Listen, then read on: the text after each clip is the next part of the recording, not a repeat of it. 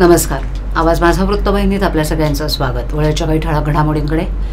परिवहन मंत्री प्रताप सरनाईक यांच्या उपस्थितीत मोटार वाहन निरीक्षकांच्या ऑनलाईन बदल्या. ठाण्यातील काही भागातील पाणीपुरवठा बुधवारी राहणार बंद.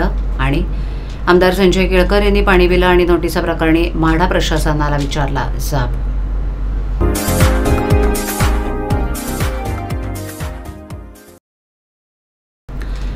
मोटार परिवहन विभागाच्या ऑनलाईन बदल्यांमुळे पारदर्शकतेबरोबरच जास्तीत जास्त अधिकारी कर्मचाऱ्यांनी मागणी केलेला पसंतीक्रम मिळत असल्यानं बहुतेक अधिकाऱ्यांचं समाधान होतं. त्यामुळे भविष्यात परिवहन विभागाच्या ऑनलाईन बदल्यांमध्ये अधिक सुसूत्रता आणावी, तसंच महिला अधिकारी वर्गाच्या अडचणी प्राधान्यानं विचारात घ्याव्यात असे निर्देश परिवहन मंत्री प्रताप सरनाईक यांनी दिलेत.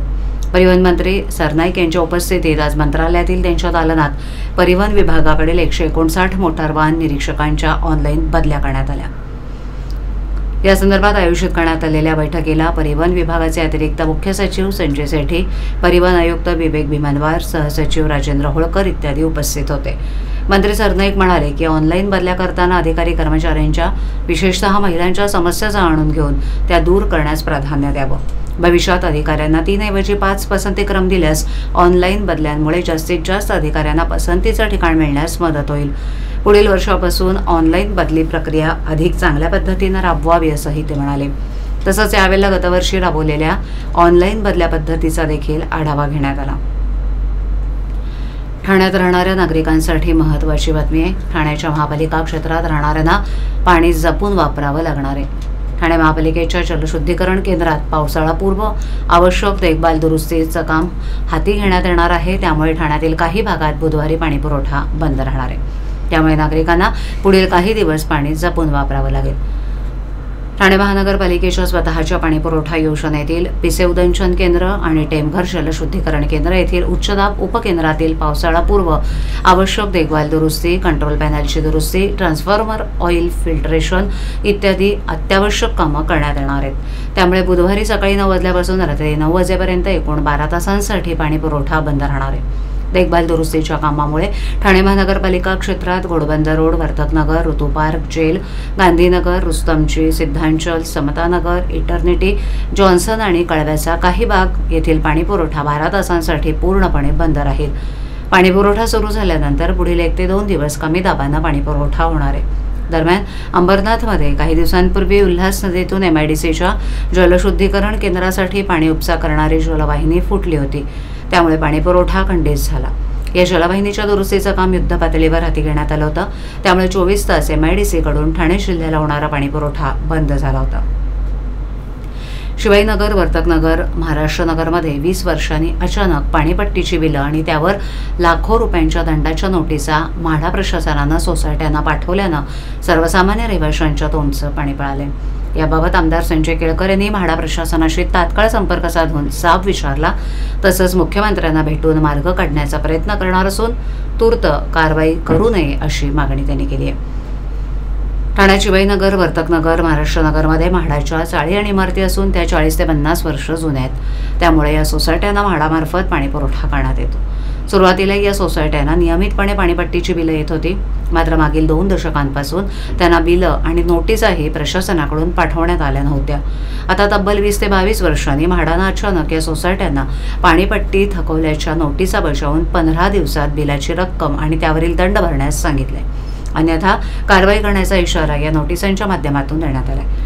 मिळालेल्या माहितीनुसार शिवाईनगर भागात काही सोसायट्यांना 1 ते 1.25 लाखाची पाणीपट्टी आणि त्यावर 10 ते 15 लाखाचा दंड भरण्याच्या नोटिसा मिळाल्या आहेत. वर्तकनगर भागात काही सोसायट्यांना 2 ते 3 लाखाची पाणीपट्टी आणि त्यावर 10 ते 15 लाखाचा दंड भरण्याची नोटीस बजावण्यात आली आहे. अशीच परिस्थिती महाराष्ट्रनगरमध्ये असल्याचं बोललं जात आहे. अचानक आलेल्या आर्थिक संकटांना गर्भगळीत झालेल्या रहिवाशांनी मागील आठवड्यात शुक्रवारी आमदार केळकर यांची भेट घेऊन न्याय मिळवून देण्याची मागणी केली होती. त्यावेळेला केळकर यांनी तात्काळ म्हाडाच्या मुख्य कार्यकारी अधिकाऱ्यांना फोन करून याबाबत जाब विचारला.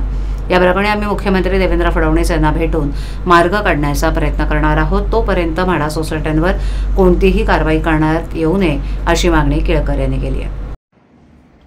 म्हाडाच्या अधिकाऱ्यांचा अजब कारभार. वर्तकनगर, शिवाईनगर, महाराष्ट्रनगर या ठिकाणी म्हाडाच्या शेकडो इमारती आहेत आणि बैठ्या देखील चाळी आहेत. 21 वर्षानंतर त्यांना पाण्याची आणि बाकीच्या टॅक्सेसची बिलं आलेली आहेत आणि ती किती आहेत तर करोडोने आहेत आणि त्याच्यामुळे लोकांची झोप उडालेली आहे. महापालिकेचं पाणी बिल ही मंडळी भरते आहे, परंतु म्हाडाने याच्यावर आणखीन एक ही कर जो आहे तो 21 वर्षाचा एकत्रित प्लस इंटरेस्ट असं इमारतीला लाखो रुपयाचं बिल हे प्रत्येक इमारतीला आहे. काही इमारतींना तर कोट्यावधी रुपयाचं बिल आहे, त्याच्यावर इंटरेस्ट पण आहे.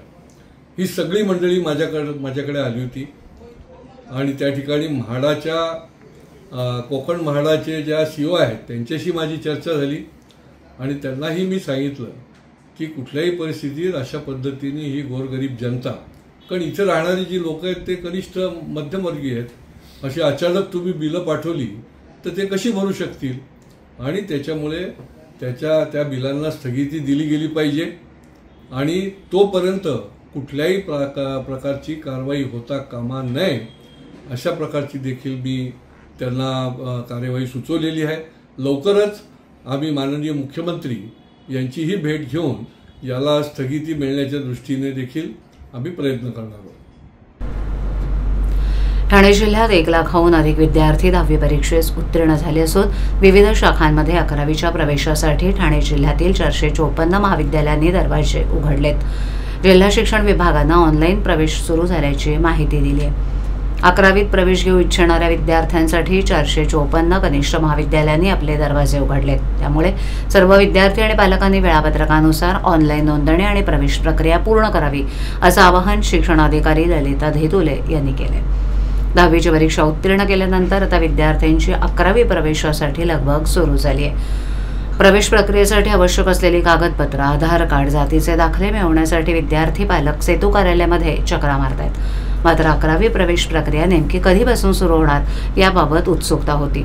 अखेर जिल्हा शिक्षण विभागानं 11वी प्रवेशाची प्रक्रिया सुरू झाली असल्याचं जाहीर केलं असून यासंबंधीचं वेळापत्रकही प्रसिद्ध केले.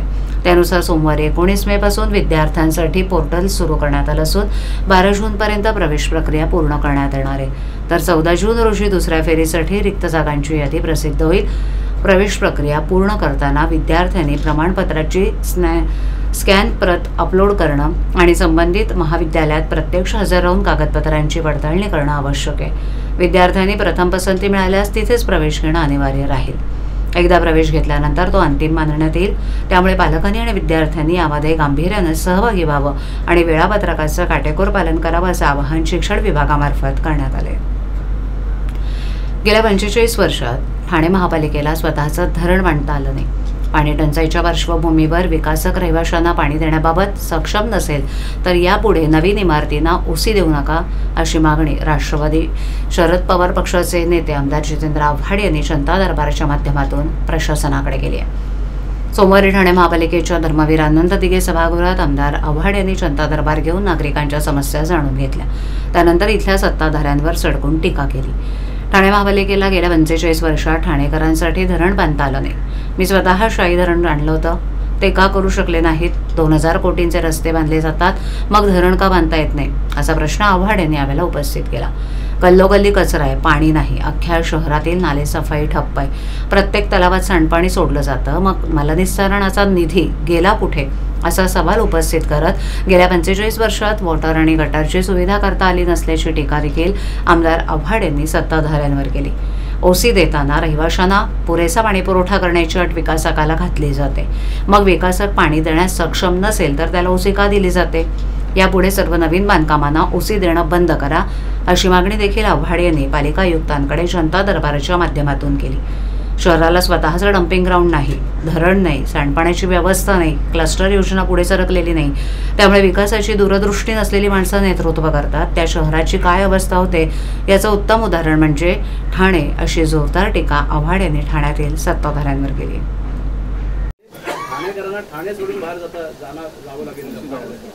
नाही पाणीच नाही आहे. म्हणजे एकेकाळी ठाण्यामध्ये म्हणजे दूरदृष्टी नसलेली माणसं जेव्हा सत्तेमध्ये येतात तेव्हा काय होतं याचं उत्तम उदाहरण ठाणे.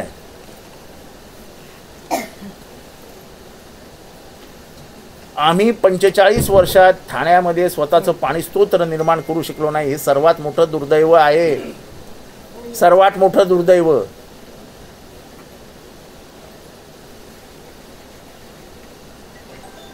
आणि हे आम्ही विधानसभेत पण मांडतो की पाणी भीक मागून आणावं लागतं, भीक मागून. कधी MIDC कडे भीक मागतो आम्ही, कधी स्टेमकडे भीक मागतो आम्ही, कधी इरिगेशनकडे भीक मागतो आम्ही, आणि उत्तर ठरलेलं आहे, आम्हाला निवडून देतात लोक. सर, काळू धरण होणार का? त्यांची मानसिकताच नाहीये. विधिमंडळात वारंवार धरणाबाबत प्रश्न विचारला असतात. नवी मुंबईची आतापर्यंत ठोस काही पावलं उचलली जात नाही. अहो, ह्यांनी आजपर्यंत एकही ठोस पावलं उचललं असेल असं एकही धरणाचं यांनी नाव सांगावं. शाही धरण मी घेऊन आलो, मी असं सांगतो मी. आणि ते का घालवलं हे मलाच माहिती आहे. म्हणजे मानसिकताच नाही.